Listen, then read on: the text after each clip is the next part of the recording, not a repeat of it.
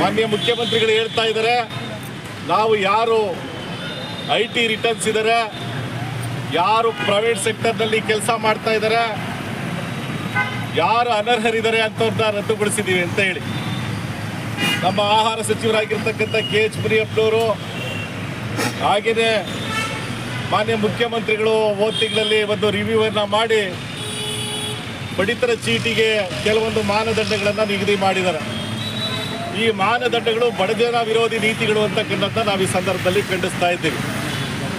ನೀವು ನುಡಿದಂಗೆ ನಡೀತೀವಿ ಅಂತಕ್ಕನ್ನೋದಾದರೆ, ನೀವು ನುಡಿತಿದ್ದಾಗೇನೆ ನಡೀತಿದ್ದೀವಿ ಅನ್ನೋದಾದರೆ, ನೀವು 2023 ಚುನಾವಣಾ ಪ್ರಣಾಳಿಕೆಯಲ್ಲಿ ಬಡವರಿಗೆ ಏನು ಭರವಸೆಯನ್ನು ಕೊಟ್ಟು ಗ್ಯಾರಂಟಿಗಳನ್ನು ಕೊಟ್ಟಿದ್ದೀರಾ, ಆ ಗ್ಯಾರಂಟಿಗಳ ಪ್ರಕಾರವಾಗಿ ನೀವು ನಡಿಬೇಕು ಅಂತೇಳಿ.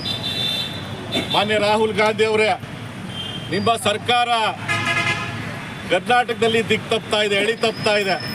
ನೀವು ಮಧ್ಯಪ್ರವೇಶವನ್ನು ಮಾಡಿ ಏನು ನೀವು 2013ರಲ್ಲಿ ನಿಮ್ಮ ಸರ್ಕಾರ, ನಿಮ್ಮ ಪಕ್ಷ ಆಹಾರ ಭದ್ರತಾ ಕಾಯ್ದೆಯನ್ನು ಜಾರಿಗೊಳಿಸಿತ್ತು. ಆಹಾರ ಭದ್ರತಾ ಕಾಯ್ದೆ ಅನ್ವಯ ನಮಗೆ ಎಲ್ಲ ಬಡವರಿಗೆ ಪಡಿತರ ಚೀಟಿ ದೊರಕಿಸ್ತಕ್ಕಂಥ ಕೆಲಸವನ್ನು ತಮ್ಮ ನೇತೃತ್ವದಲ್ಲಿರ್ತಕ್ಕಂಥ ಕಾಂಗ್ರೆಸ್ ಪಕ್ಷ ಮಾಡಬೇಕು ಅಂತಕ್ಕಂಥದ್ದನ್ನ ಈ ಸಂದರ್ಭದಲ್ಲಿ ಒತ್ತಾಯ ಮಾಡ್ತಾ ಇದ್ದೀವಿ.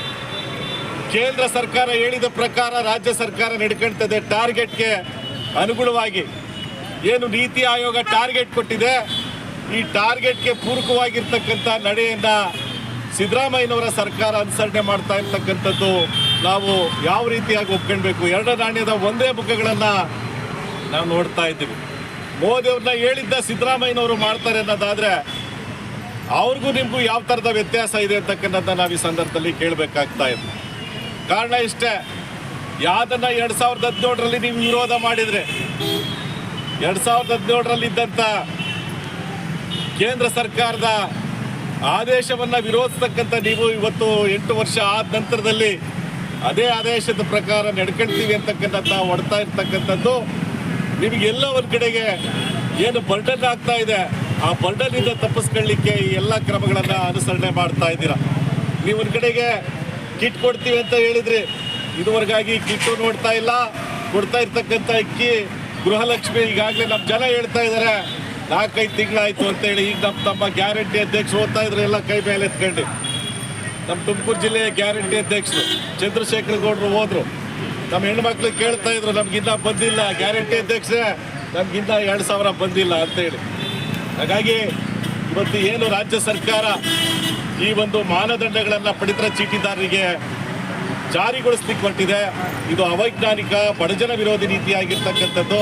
ಕೂಡಲೇ ಇದನ್ನು ಹಿಂಪಡೆದು ಎಲ್ಲ ಬಡವರಿಗೆ ಪಡಿತರ ಚೀಟಿ ಕೊಡ್ತಕ್ಕಂಥ ಮತ್ತು ಈ ಪಡಿತರ ಆಹಾರ ಧಾನ್ಯವನ್ನು ಸಾರ್ವತ್ರೀಕರಣಗೊಳಿಸ್ತಕ್ಕಂಥ ಕೆಲಸದಲ್ಲಿ ಮುಂದಾಗಬೇಕು. ಇದೇ ಆಹಾರ ಭದ್ರತಾ ಕಾಯ್ದೆ ಹೇಳಿರ್ತಕ್ಕಂಥದ್ದು.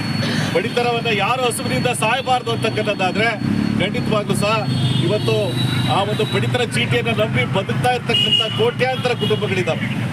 ಲಕ್ಷಾಂತರ ಕುಟುಂಬಗಳು ಇವತ್ತು ಅದರ ಎದುರು ನೋಡ್ಕೊಂಡು ಬದುಕನ್ನು ಸಾಗಿಸ್ತಾ ಇದ್ದಾರೆ. ತಾವು ಯಾರದೋ ಮಾತನ್ನು ಕೇಳಿ ಯಾರೋ ಹೇಳಿದ್ರು ಅಂತ ಹೇಳಿ ತಾವು ಅದಕ್ಕೆ ಕಿವಿಗೊಟ್ಟರೆ ಮುಂದಿನ ದಿನಗಳಲ್ಲಿ ನೀವು ಭಾರಿ ಬೆಲೆಯನ್ನು ತೆತ್ತಬೇಕಾಗ್ತದೆ ಈ ಸಂದರ್ಭದಲ್ಲಿ ನಾವು ಎಚ್ಚರಿಸ್ತಾ ಇದ್ವಿ. ಮಕ್ಕಳು ಓದಿಸ್ಬೇಕು ಅಂದ್ರೆ ಒಂದು ವರ್ಷಕ್ಕೆ 80,000 ಫೀಸ್ ಕಟ್ಟಬೇಕು. ಮತ್ತು ಮನೆ ಕೆಲಸ ಮಾಡ್ಕೊಂಡು ಕೂಲಿ ಮಾಡ್ಕೊಂಡು 1,20,000 ಒಂದು ವರ್ಷಕ್ಕೆ ನಾವು ತೋರಿಸಿದ್ರೆ ಇಲ್ಲಿ ಒಂದು ಆಟೋ ಇಟ್ಕೊಂಡು ಜೀವನ ಮಾಡ್ತಾ ಇರ್ತಾರೆ, ಒಂದು ಕಾರ್ ಇಟ್ಕೊಂಡು ಜೀವನ ಮಾಡ್ತಾ ಇರ್ತಾರೆ. ಆ ಕಾರು ಒಂದು 3 ಲಕ್ಷ ಇರ್ತದೆ, ಆಟೋನೇ ಒಂದು 3 ಲಕ್ಷ ಇರುತ್ತೆ. ಅದ್ರ ಮೇಲೆ ನಾವು ಕಾರ್ಡ್ಗಳು ಕಿತ್ತಾಕ್ಬಿಟ್ರಿ ಭಿಕ್ಷೆ ಕಟ್ಕೊಂಡು ಹೋಗ್ಬೇಕು ಅವ್ರ ಮನೆ ಬಾಗಿಲಿಗೆ ದುಡಿಯೋಕೆ ನಾವು. ಅದೇ ಇಲ್ಲ ಅಂತ ಏನು ದುಡಿತಾರೆ ಅವರು? ಮಕ್ಕಳಿಗೆ ಇವಾಗ ಬೇಕೇ ಬೇಕು. 1,20,000 ಆದಾಯ ತೋರಿಸ್ಕೊಂಡು ನಾವು ಹೆಂಗೆ ಜೀವನ ಮಾಡಬೇಕು? ಜೀವನ ಮಾಡೋದೇ ಕಷ್ಟ ಆಗ್ತದೆ. ಆಮೇಲೆ ಗೃಹಲಕ್ಷ್ಮಿ ಅಂತ ಕೊಡ್ತಾರೆ, ಒಂದು ಕೈಯಲ್ಲಿ ಕೊಟ್ಟರು ಈ ಕೈಯಲ್ಲಿ ಕಿತ್ಕೊಂಡ್ರು. 1 ತಿಂಗಳು ಕೊಡ್ತಾರೆ, 4 ತಿಂಗಳು ಇಲ್ಲೇ ಇಲ್ಲ, ಬಂದ್ ಮಾಡಿದ್ರು. ನಮ್ಮ ದುಡ್ಡು ಕಿತ್ಕೊಂಡ್ರೆ ನಮಗೆ ಕೊಡ್ತಾ ಇದ್ದಾರೆ ಅಷ್ಟೇ, ಬೇರೆ ಅವ್ರದ್ದು ದುಡ್ಡು ಏನು ಕೊಡ್ತಾ ಇಲ್ಲ ಸ್ವಂತ. ರೇಷನ್ ಕಾರ್ಡ್ ಆಗಲಿ ಏನೇ ಆಗಲಿ ಆದಾಯ 1 ಲಕ್ಷ ಅಂತೇಳಿ ಯಾರ್ದು ಕಿತ್ತಾಕ್ಬಾರ್ದು. ರೇಷನ್ ಕಾರ್ಡ್ಗಳು ಎಲ್ಲ ಬಡವರೇ ಇರೋದು. ಒಂದು ಕೂಲಿ ಮಾಡ್ಕೊಂಡು ಒಬ್ಬೊಬ್ರು 15,000 20,000 ದುಡಿತಾರೆ. ಹಾಗಾಗಿ 1 ಲಕ್ಷ ಅಂತ ಅಂದ್ಬಿಟ್ಟು ಅವ್ರು ಕಿತ್ತಾಕೊಂಡು ಹೋಗ್ಬಿಟ್ರೆ ಎಲ್ಲಿ ಹೋಗ್ಬೇಕು? ಒಂದು ಫ್ಯಾಕ್ಟ್ರಿಗೆ ಹೋಗಿ ದುಡಿತಾರೆ, ಒಂದು ಇದಕ್ಕೆ ಹೋಗಿ ದುಡಿತಾರೆ, ಏನೋ ಕೂಲಿ ಮಾಡ್ಕೊಂಡೆ ದುಡಿತಾರೆ, ಒಂದು ಗಾಡಿ ಕೆಲಸದಲ್ಲಿ ದುಡಿತಾರೆ, ಎಲ್ಲರೂ ದುಡಿತಾರೆ. ಅವ್ರ ಮಕ್ಕಳು ಫೀಸೇ ಕಟ್ತಾರ, ಮನೆ ಬಾಡಿಗೆನೇ ಕಟ್ತಾರ, ಅಥವಾ ಇನ್ನೊಂದು ಸಂಸಾರನೇ ನಡೆಸ್ತಾರ, ಎಲ್ಲಿ ಮಾಡಿಸ್ತಾರೆ? ಅವರಂತ ಆದಾಯ ತೋರಿಸ್ತವ್ರೆ. ಆದರೆ ರೇಷನ್ ಕಾರ್ಡ್ಗೆ ಆಗಲಿ ಒಂದು ಕ್ಯಾಸ್ಟ್ ಇನ್ಕಮ್ಗೆ ಆಗಲಿ ಪಾನ್ ಕಾರ್ಡ್ ಕೇಳೋಕ್ಕೆ ಹೇಳ್ತಾರೆ. ಒಂದು ಪಾಸ್ಬುಕ್ ಮಾಡಿಸ್ಬೇಕು ಅಂದ್ರೆ ಪಾನ್ ಕಾರ್ಡ್ ಬೇಕೇ ಬೇಕು. ಈ ಬಡವ್ರ ಬಗ್ಗೆ ಪಾನ್ ಕಾರ್ಡ್ ಇಲ್ಲ ಅಂದರೂ ನಡೆಯಲ್ಲ. ಅದು ಎಲ್ಲ ಮಾಡಿಸ್ತು ಅಂದರೆ ರೇಷನ್ ಕಾರ್ಡ್ ತೆಗಿತೀವಿ ಅಂತ ಹೇಳ್ತಾ ಇದ್ದೀರಾ, ರದ್ದು ಮಾಡಿಸ್ತೀವಿ ಅಂತೀರಾ. ಆದರೆ ಬಡವ್ರ ಬಗ್ಗೆ ಎಲ್ಲಿ ಹೋಗ್ಬೇಕು? ಎಲ್ಲಿ ಭಿಕ್ಷೆ ಬೇಡ ತಿನ್ನಬೇಕಾ? ಇಲ್ಲ ನೀವೇನೋ ಎ ಸಿ ಒಳಗಿರ್ಬೋದು, ಡಿ ಸಿ ಆಗಿರ್ಬೋದು, ಆದರೆ ಬಡವ್ರ ಕೂಗು ನಿಮಗೆ ತಟ್ಟಬೇಕು. ತಟ್ಟಲಿಲ್ಲ ಅಂದರೆ ಬಡವ್ರದ್ದು ಏನು ಕಾಣಲ್ಲ, ಗೊತ್ತಾಗೋಕ್ಕೂ ಇಲ್ಲ. ಕಷ್ಟ ಸುಖ ಏನು ಅನ್ನೋದು ಗೊತ್ತಾಗಲ್ಲ. ರೇಷನ್ ಕಾರ್ಡ್ ಬಂದ್ ಮಾಡಿಬಿಡ್ರಿ, ಬರ್ರಿ ಮನೆ ಹತ್ರ ಸರ್ವೆ ಮಾಡಿರಿ.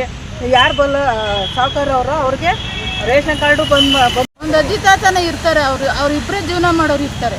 ನಮ್ಮಂಗೇನಲ್ಲ, ಅವ್ರೇಂತ ಜೀವನ ಮಾಡೋರು. ಇವ್ರು ಹಿಂಗೆಲ್ಲ ರದ್ದು ಮಾಡ್ಕೊಂಡು ಕೂತ್ಕೊಂಡ್ರೆ ಒಂದು ಕೈಯಲ್ಲಿ ಕೊಡೋದು, ಒಂದು ಕೈಯಲ್ಲಿ ಕಿತ್ಕೊಳೋದು, ಈಗ ಮೋಸದ ಕೆಲಸ ಮಾಡೋದು. ಸಿದ್ದರಾಮಯ್ಯ ಹಿಂಗೆ ಸರಿ ಅನ್ಸಲ್ಲ. ಇದು ಹಿಂಗೆಲ್ಲ ಮಾಡಬಾರ್ದು. ಹಿಂಗೆ ಪಾಪ ಎಷ್ಟೋ ಅಮಾಯಕರು ಜೀವನ ಮಾಡೋರು, ಇವ್ರನ್ನ ಹಚ್ಕೊಂಡೆ ಜೀವನ ಮಾಡೋದು. ಇವ್ರು ಹಿಂಗೆಲ್ಲ ಯಾಕೆ ಕಿತ್ಕೊಂಡು ಹಿಂಗೆ ಕೊಡೋದು, ಹಿಂಗೆ ತಗೊಂಡು ಹಿಂಗೆ ಆಸೆ ಹುಡ್ಸೋದೇಕೆ, ಹಿಂಗೆ ಮಾಡೋದೇನಕ್ಕೆ? ಇವ್ರು ಗೆಳೆಯೋಕೆ ಮಾತ್ರ ಏನು ಬೇಕಾದ್ರೂ ಮಾಡಿ ಗೆಲ್ಸ್ಕೊಂಬಿಟ್ಟು 1-2 ತಿಂಗಳು ಕೊಟ್ಕೊಂಡು ಸರ್ವ್ ಮಾಡ್ಕೊಂಡು ಆಮೇಲೆ ತಿರ್ಗಾ ಇವ್ರು ಇದೇ ಮಾಮೂಲಿ ಮಾಡ್ಕೊಂಡು ಕೂತ್ಕೊಂಡ್ರೆ ಜೀವನ ಮಾಡೋದು ತೀರಾ ಕೈಲಾಗದ್ರ. ಅವ್ರ ಪರಿಸ್ಥಿತಿ ಏನು, ಮನೆ ಬಾಡಿಗೆ ಕಟ್ಕೊಂಡು ಜೀವನ ಮಾಡೋದು, ಕೂಲಿ ಮಾಡೋದು, ಅವ್ರು ಹೆಂಗೆ ಜೀವನ ಮಾಡಬೇಕು ಅನ್ನೋದು ಇವರಿಗೆ ಗೊತ್ತಾಗಬೇಕು. ಸ್ವಲ್ಪ ಇವ್ರು ಮನೆ ವ್ಯತ್ಯಾಕತೆ ಇರೋರು ಇವ್ರು ಹಿಂಗೆಲ್ಲ ಮಾಡಬೇಕು. ಬಡವ್ರಿಗೆ ಕೊಡಬೇಕು ಅಂತ ಬಡವರು ನನ್ನವರು ಅಂತ ಕೂಗಿ ಹೇಳ್ಕೊಂಡು ಕೂತ್ಕೊಂತ ಎಲ್ಲ ಮಾತಾಡ್ಕೊಂಡು ಕೂತ್ಕೊಂಡ್ರಲ್ಲ. ಇದು ಸಮಾಜದಲ್ಲಿ ಏನು ನಡೀತದೆ ಅನ್ನೋದು ನೋಡ್ಬೇಕು. ಅವರು ನೋಡ್ಬಿಟ್ಟು ಮಾತಾಡಬೇಕು. ಇವೆಲ್ಲ ಮಾಡ್ಕೊಂಡು ಕೂತ್ಕೊಂಡ್ರೆ ಜೀವನ ಅವ್ರು ಹೆಂಗೆ ಮಾಡ್ತಾರೆ ಅನ್ನೋದು ಅವ್ರಿಗೆ ಗೋಚರವಾಗಬೇಕು.